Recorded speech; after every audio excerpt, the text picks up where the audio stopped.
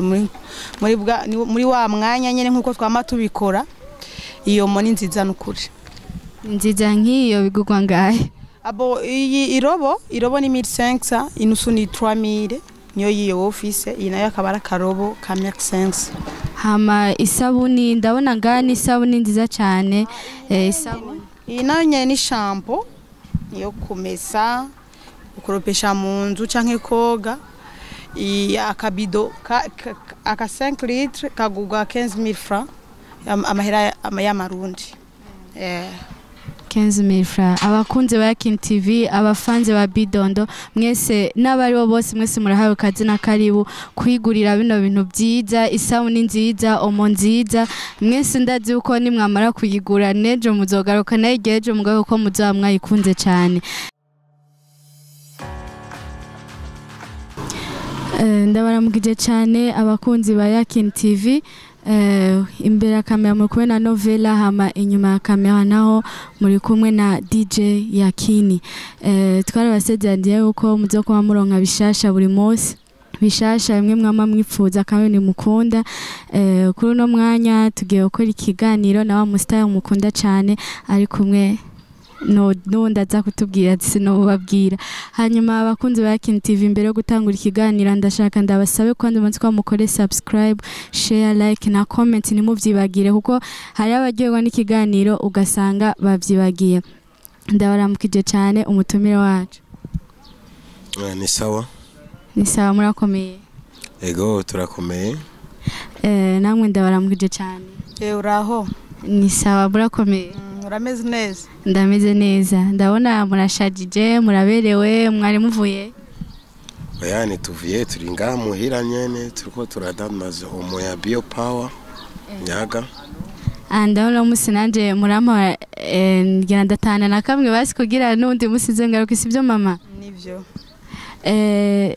tukuzi kwizina rya Bidondo mustar je ndamukunda cyane kuko ndakunda indirimbo za muri make umustar akora neza umustar azi ivyarimwe ga ushaka umustar ariko utazi ivyurimo ndashaka kumenya kubatakuza amazina yanyu y'ukuri yo baraya bon en fait je nitwa Generation Bidondo batazira Hakizimana Hussein Yaga niyo zina ryanje Hussein Hakizimana ngaje nariza yuko ubu ndabimenye witwa Hussein namwe mama kwizina banyitwa Bidondine hama amazina bamenyereye ko ndacasaba Divine abakunzi ba Yakin TV mu byo nuraryoshe Bidondo Bidondine ariko kwiki izina rya Bidondo ryo ryavuye kuki kwiki mwahisemo gukoresha Bidondo nk'izina ry'umustar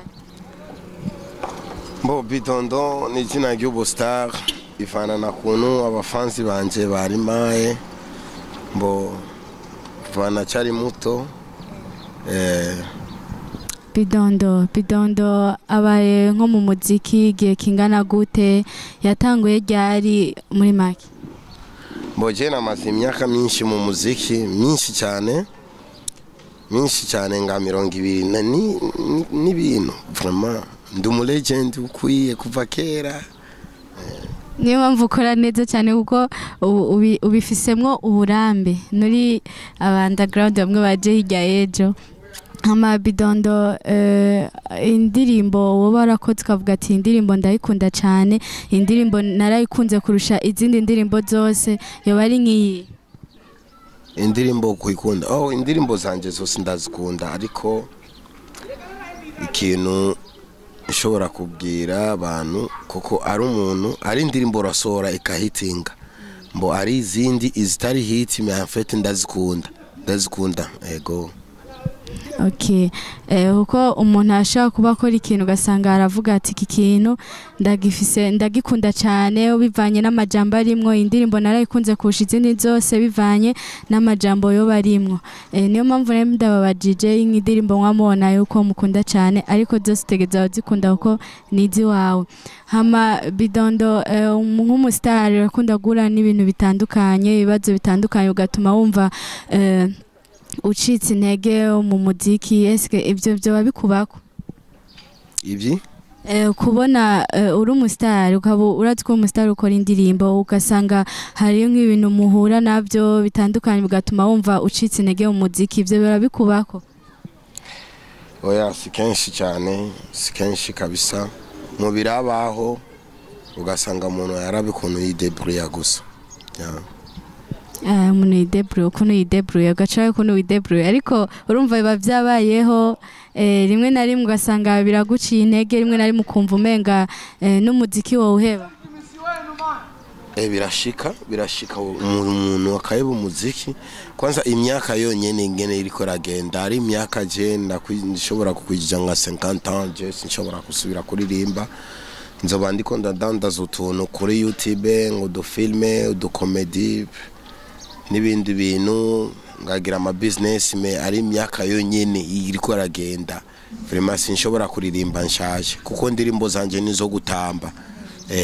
Ndanguye kuririmba bisikinewe ko ndamba, none nzotamba gute ndi mukecuru? Ncandagwara cugwara.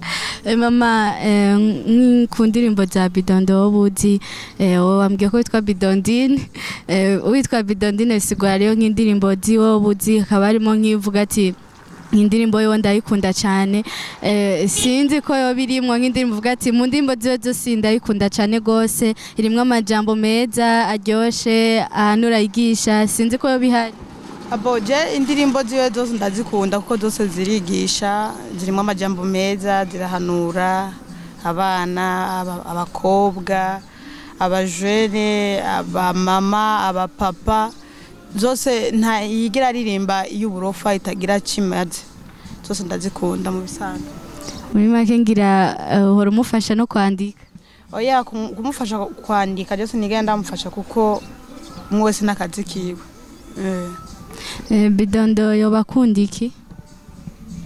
Ikintu ngunda je ndakunda sport, ndi mu sportif, ndakunda sport, nico gituma urabona ko ndakunda guterera ivyuma, kwiruka, kugira kenshi ndakunda sport no kuvuga ata muntu ariko aragira repetition agatamba akagira, ndakunda sport cyane.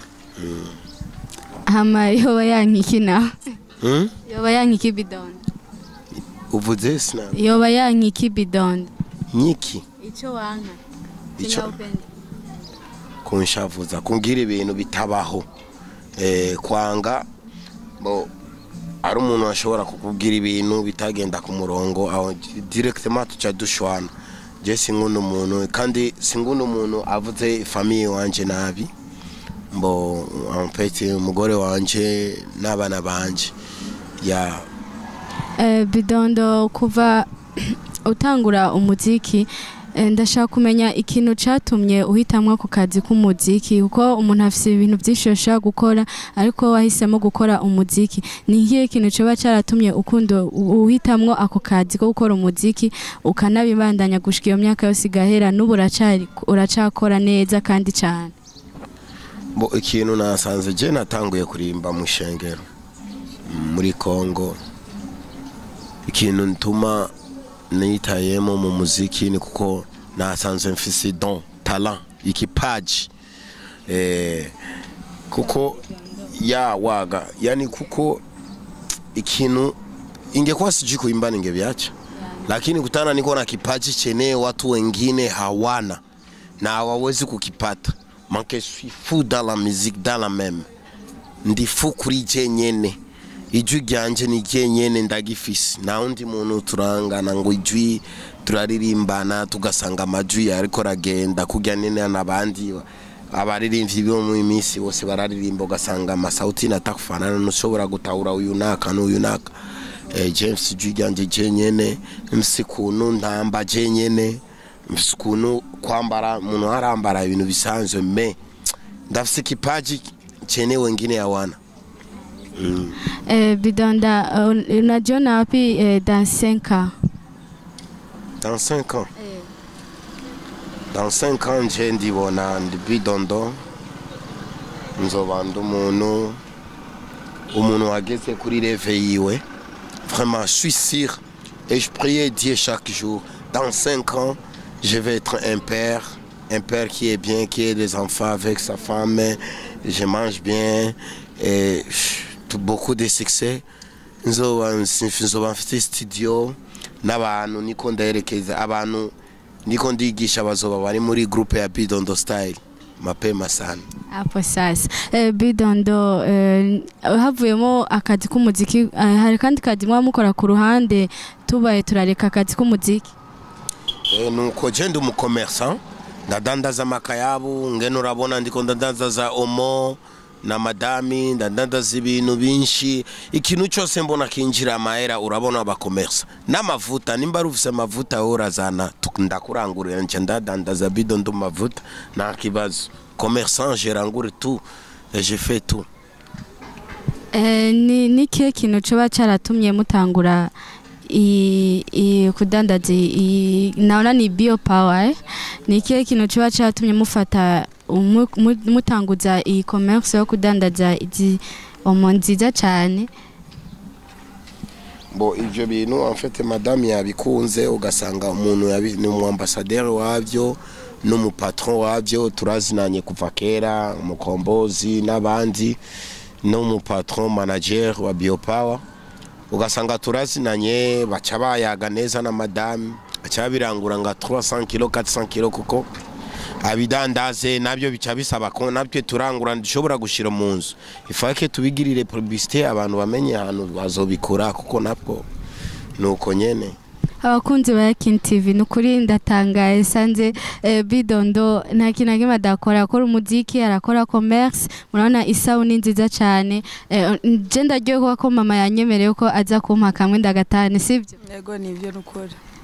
Mama nibambwiye ko ari mwe mukunda iyi commerce yo kudandaza iziomo, niki kintu cyatumye muhitamo gukora ibi bintu nkamwe? Abo nka twege nk'abavyeyi twege tumesera abana, hari amawomo kenshi dukoresha yatuma tugira ibikomere ku maboko, ariko umunsi umwe iyo mubara yizanye muhira Bidondo yayihawe na mukombozi turayimesuza tubona yuko ari omo nziza idatera ibikomere ku maboko, cyo ndahitamo kuyirangura ati reka nanje tuze ndayicuruza ndayiha ababanye abagenzi abafanzi b'umuziki ndundi ababishoboye bose, abafanzi abafanzi ba Bidondo bose turabahamagaye bazaduteza imbere muri wa mwanya nyene nkuko twama tubikora. Iyo moni nziza nukuri nziza nk'iyo bigugwa ngahe? Abo iyi irobo ni 1500, inusu ni 3000 niyo yiyo office, iyi nayo akaba ari karobo ka 1500. Hama isabuni ndabona ngani isabuni nziza cyane, isabuni iyi nayo nyene ni shampoo yo kumesa ukuropesha mu nzu canke koga, akabido aka 5 litres kagugwa 15000 francs amahera y'amarundi. 15000 francs. Abakunzi ba Yakin TV, abafanzi ba Bidondo, mwese n'abari bo bose mwese murahawe kazi na karibu kwigurira bino bintu byiza, isabuni nziza, omo nziza. Mwese ndazi uko ni mwamara kuyigura nejo muzogaruka nayigeje mugabo ko muzoba mwayikunze cyane. Mama wanyemereye kuza kumiyo sabuni? Oya no kwituza nimba mama. Eka nuze kuko ebana. Lakini Bidondo una bibi mzuri. Merci beaucoup. Ikintu cya mbere turashaka kumenya iyi TV. Turashaka kumenya iyi TV twa gute? Yakin TV. Yakin TV biro yanyu ibahe? Ari mu Kanyosha. Okay, Yakin TV turabakunda cyane. Karibu kandi natwe turashima, wambwiye mfise umugore mwiza ndashima vraiment, nanje ndamukunda cyane. Karibu tena, turashima natwe kugira ngo munatutemberea, tunasikia raha sana. Nijue tunawapenda. Asante sana kabisa. Na siku ingine nadhani kama mtatupatia muda. Bwana, umwanya wari wose karibu. Bwana, milango iko wazi. Bidondo na watoto wangapi? James abana 4. Yeah. Abahungu bangahe, abakobwa bangahe? Bose n'abahungu. Bose n'abahungu. Apo sasa. Bidondo, akajambo kanyuma ku bafanzi bawe bagukunda cyane nawe ukabakunda? Abafanzi banje, abafanzi bariko barakurikira Yakin TV, Yakin TV Burundi, Generation Bidondo, ndabakunda cyane. Gira abafanzi ba subscribe ku Yakin TV Burundi, subscribe ku Yakin TV Burundi. Mama namwe ku kajambo kanyuma ku bafanzi banyu kuko nawe urafise abafanzi b'Omo urafise abafanzi b'iyo sabuni kandi no ku bafanzi ba Bidondo. Je nta byishino wenda kuvuga abafanzi ba Team Bidondine abafanzi ba Generation Bidondo abafanzi ba Bidondine wa ukweli yo muri hose ni mwubahwe ntibagiye n'abafanzi ba King TV yo muri hose ni mwubahe. Ni King TV Yakini okay sorry Yakin TV Burundi yo muri hose ni mwubahwe murakoze cyane. Nibaze ko n'undi munsi twagarutse muzoduha akanya nk'aka mukatuganiriza cyane cyane ku bijyanye na commerce mukora. Nukuri byose byo muzamukeneye karibu mwisanzure. Murakoze cyane abakunzi ba Yakin TV ndabashimiye kuri mwese mwakurikiranye iki kiganiro yari Novela hama kuri kamera hariko DJ Yakin TV umuproducer abikora neza. Murakoze cyane ndabashimiye. Ciao ciao. Nimwibagiye gukora subscribe, share, like na comment. Ciao.